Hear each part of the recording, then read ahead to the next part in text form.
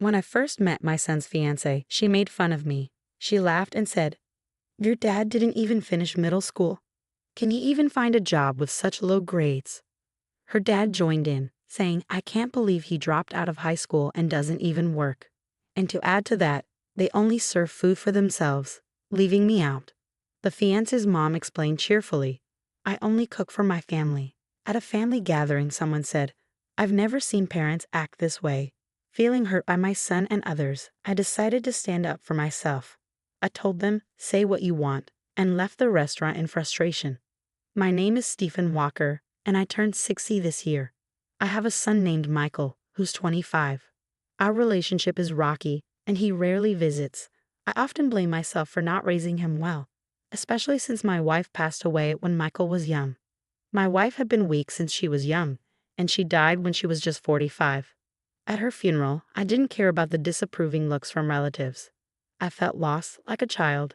My son, Michael, stayed strong, urging me to say goodbye to Mom. But my sorrow only lasted during the funeral. At that time, I was running a real estate business passed down from my father. The day after my wife's funeral, I woke up to calls from clients. I had responsibilities to fulfill, and I had to raise Michael on my own. I woke up from my days with those urgent calls and rushed to my office. Simultaneously, I started attending school events and PTA meetings, trying to fill the void left by my wife. But handling work and school commitments alone proved too much. I reluctantly closed my business temporarily and passed my clients to another agency to focus on being there for Michael. However, when I showed up at one of Michael's school events, he glared at me and said, "Dad, I told you not to come." He even whispered, "Don't let anyone know you're my dad," leaving me feeling like a stranger. Today, as I participate in PTA activities, I wear a name tag with the name Walker, unsure of where I truly belong. I couldn't understand why my son suddenly started ignoring me, but it didn't take long for me to figure it out. "Isn't that your dad over there? What's he doing at school on a weekday? Doesn't he have a job?" My mom remarked, "I heard your dad lost his job after your mom passed away." One of Michael's classmates chimed in. Michael stayed quiet, avoiding eye contact as the teasing continued. I hurried over, trying to explain, "I'm just taking a break from work. It's like your summer or winter vacation." But instead of easing the situation, my words only made things worse for Michael. His classmates mocked him further, saying things like, "Your dad's just pretending to take a break. Your family must be struggling financially." Feeling guilty, I realized my attempt to help only backfired. As Michael faced more ridicule from his classmates, his resentment towards me grew. I felt powerless as I witnessed his suffering, unable to intervene. Countless nights, I found myself in tears, overwhelmed by a sense of helplessness. As Michael entered middle school, he began associating with troubled peers, spending nights away from home and loitering in gas station parking lots until late hours. Cell phones were rare back then, making it difficult to track his whereabouts. With each passing day, Michael's absences increased, leaving me clueless about his activities. I could only apologize when the school called to report complaints from nearby establishments. Whenever I visited Michael's school, he and his unruly friends hurled insults and projectiles at me, further deepening my feelings of inadequacy. Michael's behavior had taken a dangerous turn since starting middle school, leaving me terrified to confront him, fearing his unpredictable reactions. Reflecting on my parenting during his elementary years, I wished I had handled things differently, but I struggled to determine the right approach for addressing his misbehavior. Communicating with a teenager seemed like an insurmountable challenge, leaving me feeling lost and helpless. Michael showed no regard for attending school, frequently skipping classes and even running away during lessons. His academic performance plummeted to the lowest point. During a parent-teacher conference, they mentioned a private high school where Michael could enroll, bringing me a sense of relief. I was grateful that there was an option for him to continue his education. I hoped that the new environment and different classmates would positively influence him, leading to a change in his behavior. Thankfully, after starting high school, Michael began to take his studies more seriously. He dedicated himself to his classes, improving his test scores to above-average levels and eventually securing admission to college. Despite his academic progress, his attitude toward me remained unchanged. He continued to spend little time at home, moving from one friend's house to another. Upon entering college, he opted to live alone in a dorm and supported himself with part-time work to pay his tuition. While I admired his independence, his relationship with me remained distant. Even after he started his job, he showed no inclination to reconnect with his family. One day, completely out of the blue, Michael, whom I hadn't seen for years, called me. He said, "I'm planning to get married." Then he added, "We're meeting at a fancy restaurant next Sunday at 2 p.m., without considering my schedule. I was taken aback by the suddenness of it all. But when I expressed my concerns, he simply responded, "If you can't make it, don't bother," and hung up abruptly. Despite feeling conflicted, I couldn't deny that he was my only son. So I decided to attend the meeting for his sake. When I arrived at the restaurant, his future in-laws were already there, greeting me with rudeness. I retorted, feeling annoyed by their attitude, but they denied having invited me at all. They were as cold as Michael had been on the phone. Meanwhile, Michael stood there with a smirk, seeming like he was up to something. Unsure of his intentions, I reluctantly entered the restaurant. However, instead of discussing Michael's relationship with Sarah, they directed their attention towards me, treating me like an unwelcome guest. To my dismay, Michael began criticizing me in front of Sarah and her family, disregarding the inappropriate timing and setting. Despite my protests, he continued unabated. To make matters worse, Sarah burst into laughter, mocking, "Seriously, can someone even find a job with just a middle school education?" Her father chimed in, praising Michael for having a college degree and a job at a prestigious company, contrasting him with me, a high school dropout. Exhausted and frustrated, I almost uttered, "Say what you want, I'm leaving."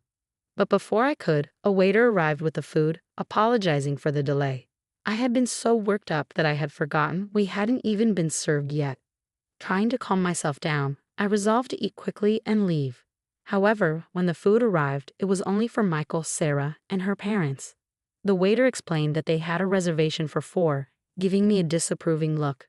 Sarah's mother dismissed me, saying, "He's not part of our family, so don't worry about him," with a fake smile. Feeling humiliated, I watched as the waiter awkwardly retreated, just as I was about to lose my temper. Sarah's dad interrupted me sharply, declaring, "We don't associate with high school dropouts like you. Our family is filled with bank employees and doctors from top companies. You don't belong here. Please leave." His words stung, and I couldn't hold back. "Is education and job status all that matter to you? Seems like your priorities are a bit skewed," I retorted as I stood to depart. In response, Sarah's dad boasted about his job at Bank of America, emphasizing the importance of education and work history. As I made my exit, I sarcastically acknowledged his accomplishment, but they paid me no heed. The following day, I visited Bank of America, where Sarah's dad worked. Despite being labeled a deadbeat by my son, his peers, and Sarah's family, I knew I wasn't one. After my wife's passing, I temporarily closed my real estate business to focus on my son's well-being.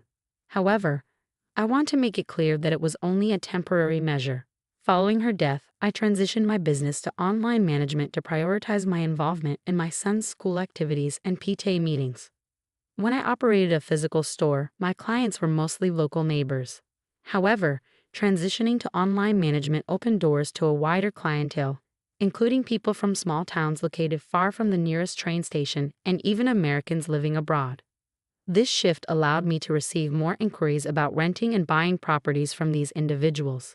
The internet enabled me to expand my property portfolio and reach a broader audience, turning what once seemed like a dream into reality. Moreover, I had a keen interest in stocks and investments, which I pursued as a hobby. Currently, I had $50 million invested in Bank of America, where Sarah's dad worked. Upon reaching the bank, I immediately requested to speak with the branch manager and recounted the events from the previous day. One of your employees mentioned that this bank values trust based on educational background and work history. Due to that statement, I've lost faith in this bank. Could you please proceed with closing my account? The branch manager apologized profusely and explained the account closure process, visibly distressed. "Oh, I almost forgot something important. There's a tenant in one of my apartments who hasn't paid rent for 2 years. I've been lenient because he's my son, but not anymore. I sent him a notice demanding payment for 2 years' worth of rent." 3 days later, Sarah's dad and my son barged into my house fuming. "Why did you report me to the branch manager?" "That was sneaky, Dad. And what's with the eviction notice? If you're the landlord, at least cover for me. I sighed and replied, I lost trust in the bank after hearing about their judgmental practices. Are you panicking because of one person's comment? Do you have something to hide? And Michael, being family doesn't excuse you from paying rent. Pay up, Sarah's dad retorted. Because of your actions, I received complaints from other clients.